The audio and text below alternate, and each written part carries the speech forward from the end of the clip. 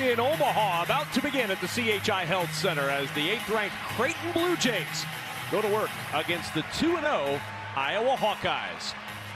And welcome courtside, everybody, in a packed house in Omaha alongside Nick Baugh. I'm Kevin Kugler, and if you are someone who loves offensive basketball, I've got good news for you. Two of the best offenses in the country. Absolutely. You got two of the best offensive coaches in the country, and Greg McDermott and Fran McCaffrey. Both these teams, they play fast and they play with freedom, but they also play with intelligence. I think transition defense is going to be at a premium both sides. I can't wait for this one to get started. Yeah, this is going to be a ton of fun. Let's take a look at the starting lineups. They're sponsored by Jeep.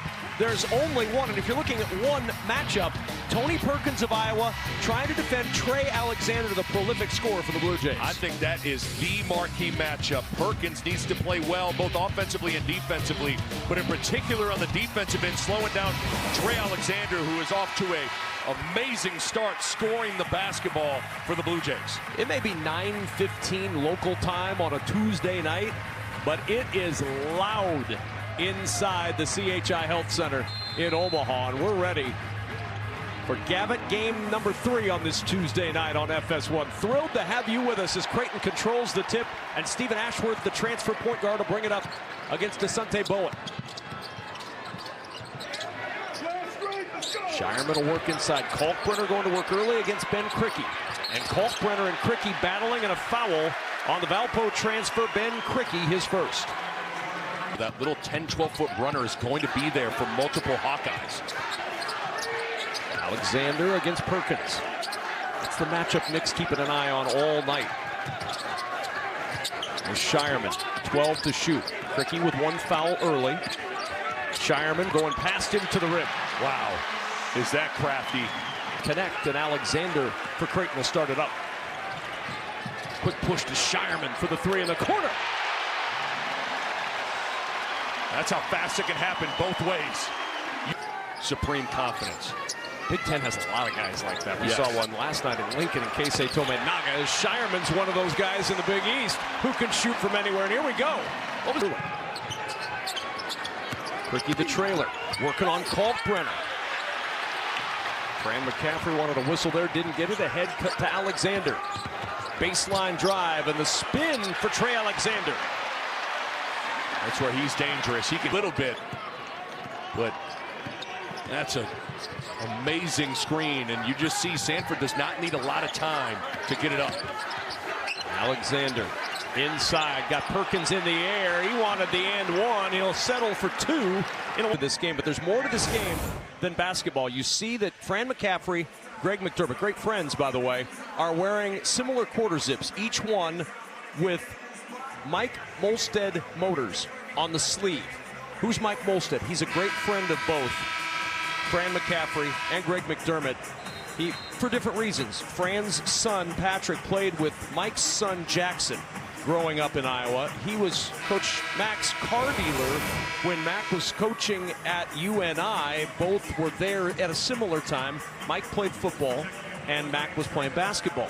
Mike Molstead and his wife, Paula, and their family have been battling cancer for nearly a quarter of a century. He's got a car dealership in Charles City, Iowa, well-known and a terrific guy, dear friend to both of these men. And obviously, if you know anything about the story of Fran McCaffrey, Greg McDermott, you know their commitment to fighting cancer has been long. For many, many, many years, it's impacted both of their families in a very direct way over the years. And they wanted to take tonight to honor their friend Mike Molstead, who continues to fight, who continues to battle for decades against cancer.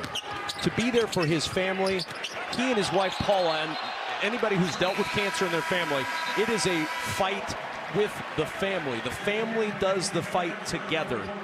And Mike and Paula and their kids have been battling for years.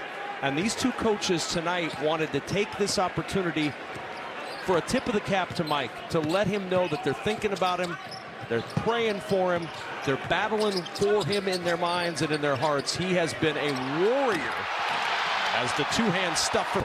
What a start for the Hawkeyes on the road. Isaac Trout off the bench going to work for Creighton. Shireman drives inside, count the bucket, and a foul. taking care of the ball. Josh Dix a little strong from the foul line. Alexander looking to push. A little Euro step to the rim, and that's what Trey Alexander can do in the open floor.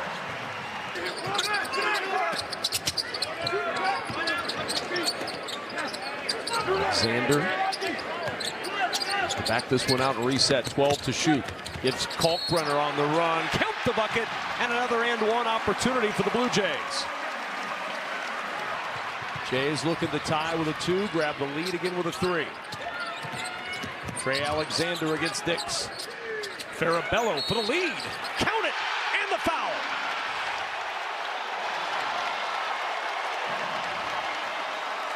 Second foul on Peyton Sandfort.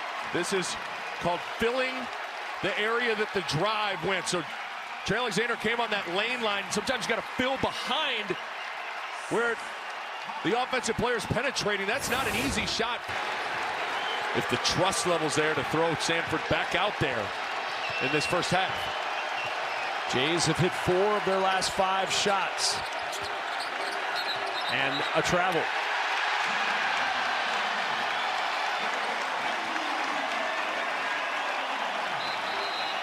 Seven 0 Creighton run in 33 seconds. King lost the dribble, and Ashworth will start it the other way. Here's Farabello, open 3. It is Shireman pushing off the miss to Miller. The skip to Ashworth. Dembele late to get out, but Ashworth couldn't connect. There's King, offensive rebound and putback, and the Jays on top. Frederick King has really done a nice job getting offensive rebounds. Inside and back out to Perkins. Shot clock at 12. Tricky to screen. Perkins weaving against King. No. Fran McCaffrey wanted a call. Didn't get it. Ashworth will start it up for the Blue Jays to Shireman. Open Miller. 3 in the corner. Pinball's out. King battling. Got the rebound. Put it up. No. Miller clears the board. And a foul is going to be called. Bowen wanted the jump. McCaffrey at 6'9". That's an easy one for him to rise up and curl into a jumper for. Shireman the handoff to Alexander. On the way to the rim. He just bullied his way to the bucket. Those strides at the end that can disrupt the timing of the defense as you're getting to that apex of your jump to contest. Hawks have made Alexander work tonight, though. 8 points, but 10 shots to get there as Farabello driving inside for 2. And out, folks. What a perfectly timed spin as King was leaning on him, and you spin off him. Skip to Trout. That's a 3, and we're tied at 41. That's what he can do. Foul now. Shireman has to stay attached to Peyton Sandfort here. 2.9 before halftime. Bowen trying to lob it inside, taken away by Doetzler. Half-court heave off the back iron, and we're tied at 43 at halftime. 13 lead changes, 7 ties, and we're right back to where we started. Dead even, this time at 43. Chief Halftime Show coming up. Mike Hill and Casey Jacobson in our studios when we return on FS1. This guy right here has got to get going. Stephen Ashworth, Utah State transfer, big-time shooter. Really just was not in a good rhythm in that first half. Need better production from your point guard if you're the Blue Jays. Iowa 9 of 17 on 2-pointers outside the paint. A lot of that is Cricky, and there's the first dunk of the night for Ryan Kalkbrenner.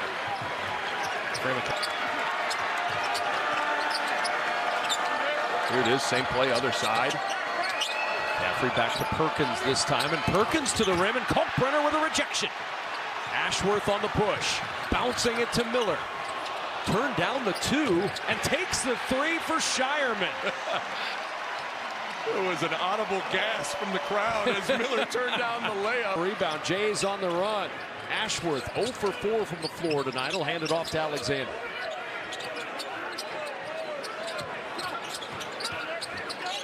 Two three-point opportunities if Ashworth could have caught the ball cleanly. Alexander, open look. 3 falls. And the Blue Jays with their largest lead of the night at 6. response. Sanford broke down Shireman. That three wouldn't go. Got a good look. Ahead, Kalkbrenner running the floor. 8-point Blue Jay lead. Timeout, Iowa.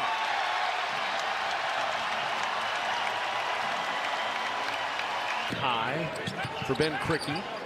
His career high, incidentally, is 34. Tipped into the backcourt. McCaffrey got popped in the jaw in the scramble.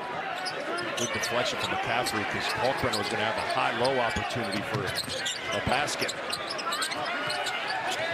Miller got an open look. Good screen from Alexander, and Miller took advantage. Miller did a good job. 10 of 15. He's got 22 points. And again, we're a broken record, but they're all 15-foot jumpers.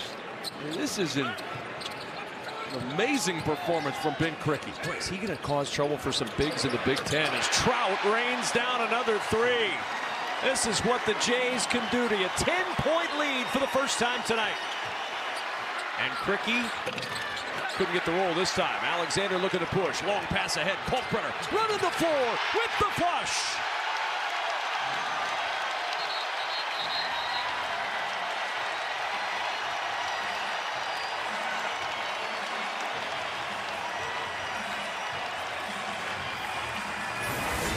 Well, how about the Jays out and running? That's 2 baskets just running the floor for the big.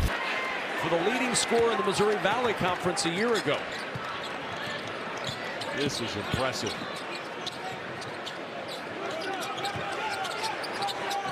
Kalkbrenner back cut. Alexander for 2.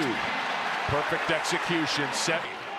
Trey Alexander tries to shortcut a staggered screen, and Perkins, who hasn't shot it great, makes him pay. King inside McCaffrey. And you're going to count that bucket. And a chance at an and one as McCaffrey commits the personal foul. Iowa hanging around, down 7. Trailed by as much as 12 just a couple of moments ago. Need the best version of Tony Perkins for the final 13 minutes if Iowa's going to win this game. He's experienced. He's been through it. Shire to the rim for 2. 16. A lot of contact there. That could have been a 3-point play. You got some tired guys on the floor right now. Just thinking the same thing, Nick. Trey Alexander looks like he just climbed a mountain. King to the rim for the flush. Drop. Alexander to push and to in for the hammer.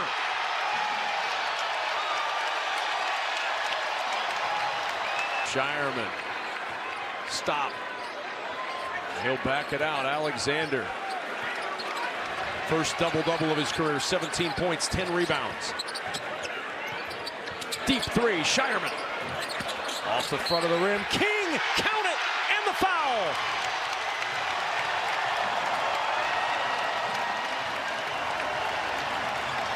Bounce. He doesn't need rebounds, he needs assists. 3 away from Creighton's 4th ever triple-double.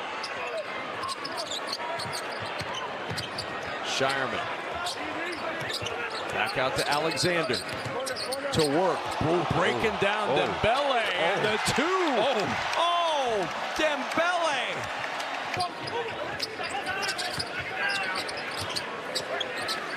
Here's Alexander. 3 assists away from the triple-double. Farabello trying to give him 1.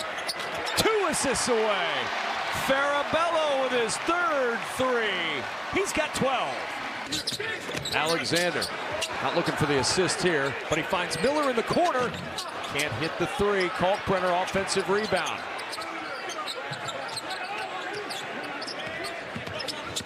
Ashworth.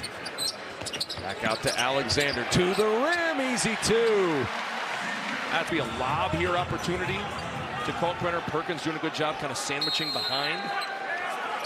5 to shoot. There's that lob. Kalkbrenner in all kinds of traffic, and a foul is called. Lob in the corner. Sanford, 3. He wanted a contact foul, didn't get it. The rebound to Miller. Long pass ahead to Farabello. Good catch. And a foul given by Sanford. His 4th, team's 9th, and Farabello to the line for the 1-1, and for Francisco Farabello, it'll be just his second attempt of the year. His first was earlier tonight. He hit that one. Yes, he did. One more to go. Still a two-possession game. Second free throw coming for Farabello here in a big one. He has been really good off the bench for Greg McDermott. And he hits two giant free throws. 91. Crowded him on the three-point line, forced a tough three. And McCaffrey with a miss. First of the night at the line. That will not happen much during the course of the year. Just his second miss of the season. And he gets to the line a lot. Missed both, and Shireman the rebound. In a 7-point game, Iowa fouls, and the Blue Jays can ice it at the line.